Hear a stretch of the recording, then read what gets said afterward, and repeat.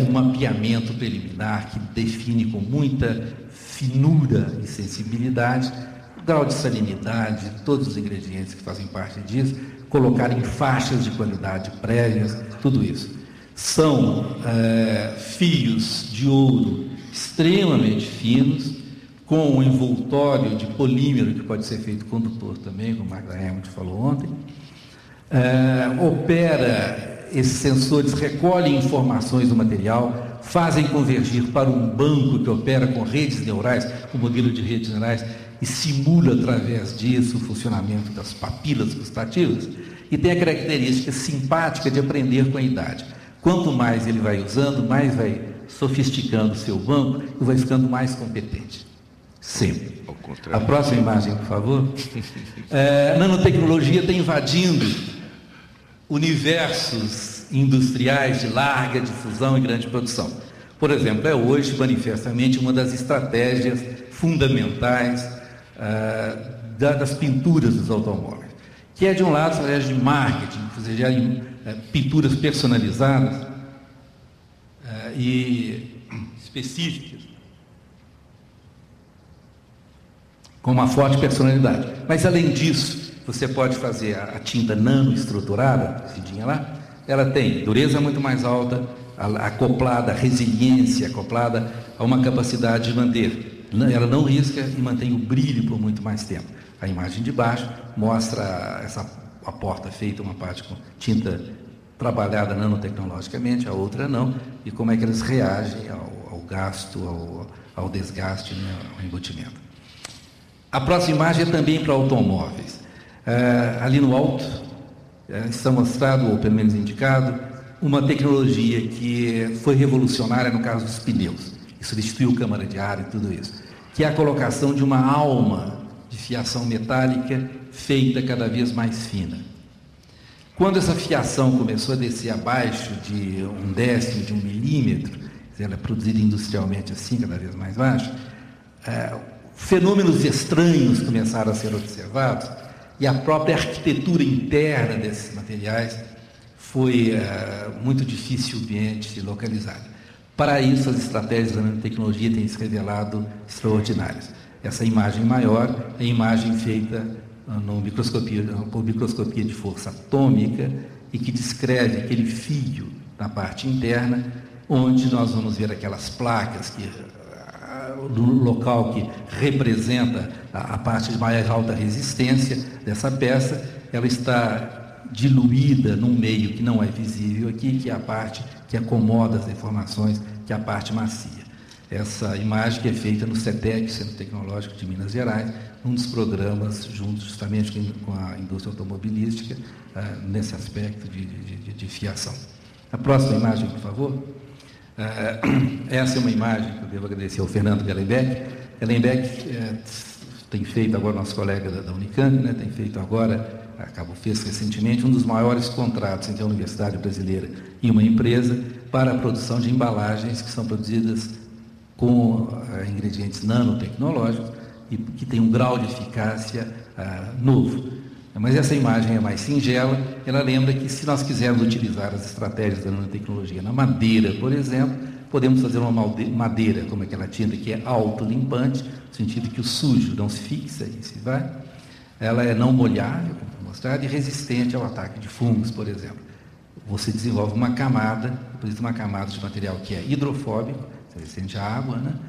A rugosidade dele se faz nessa escala finíssima, que é a escala nanométrica, e ele é estável quimicamente. Então, a maneira comum, a água se espalha sobre ela, deixa manchas.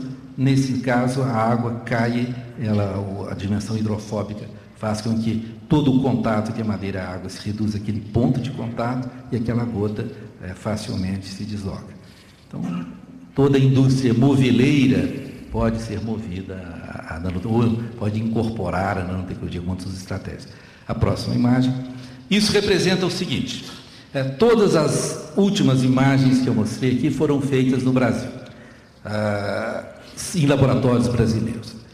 Essas imagens nós podemos encontrar em laboratórios, as redes de nanotecnologia, as 4 redes nacionais, os institutos do milênio de nanotecnologia que foram feitos, Todos eles exemplificam laboratórios onde as atividades são feitas de forma rotineira. São feitas de forma rotineira. São tecnologias que são dominadas em estágio de evolução e que nós sabemos fazer bem. O que me parece essencial nesse caso são as estratégias ditas de catching up, estratégias em que a gente recupera terreno perdido. Acho que vale a pena fazer 2 comentários aqui. Foi utilizado em várias das apresentações um indicador do que seria o grau de realização técnica ou tecnológica brasileira atual. Utilizou-se, por exemplo, um indicador chamado TAI, Technological Achievement Index, Índice de Realização Tecnológica, utilizado pelo PNUD. É um indicador péssimo. Quem já o olhou sabe que é um indicador para a tecnologia, um indicador excelente para o grau de inserção social, para o grau de igualdade social que a sociedade tem. Porque dos 8, esse indicador é construído de forma complexa, com 8 indicadores, dos quais 2 têm relação direta com a tecnologia.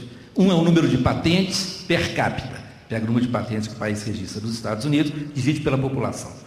O outro é a receita de royalties que o país recebe, de novo, dividida pela população.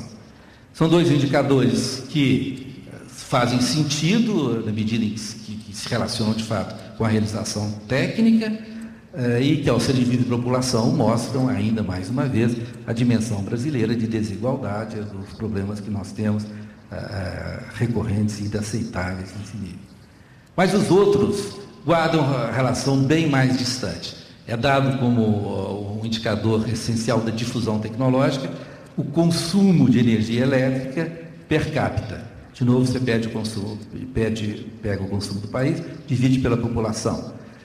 São todos indicadores desse tipo. Se você pega a curva do IDH, do Índice de Qualidade de Vida, ela é exatamente a curva do TAI, tal do indicador de tecnologia.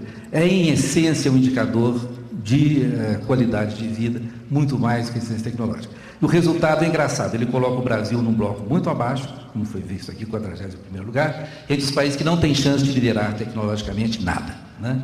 E coloca acima do Brasil, por exemplo, vários países que são líderes ou são líderes potenciais de coisa engraçada.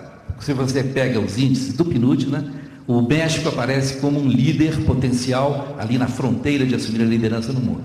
Se você pega os 8 indicadores, 6 dos indicadores brasileiros são melhores que o do México. O Brasil perde na questão da energia elétrica e no número de hosts de internet dividido pela população total.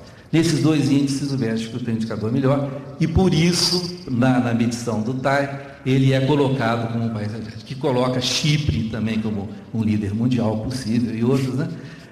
E enquanto que a produção de uma Petrobras, de uma Embraer, todas essas que foram relatadas aqui, das 177 empresas, ela não encontra, ela não é incorporada, ela não tem canal para aparecer, senão muito indiretamente, através de patentes que elas tenham feitas, do Roger.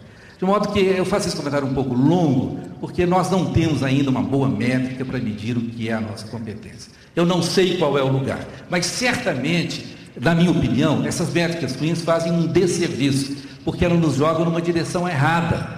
Elas nos colocam com uma visão distorcida do problema. Elas não ajudam em nada, na minha opinião, e atrapalham bastante. Então, a minha sugestão é que a gente fosse... há um investimento grande na construção de indicadores, e a sugestão é que eu fosse um uso muito crítico, explicitando as condições de contorno e os pressupostos, que a gente utilize, nesse caso não tem.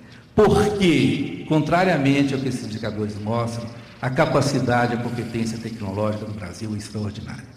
Está difundida por toda parte, aparece de todas as maneiras. O problema é que ela ainda não está explorada, e a exposição do Dr. Lois é perfeita nesse aspecto, nem remotamente no seu potencial.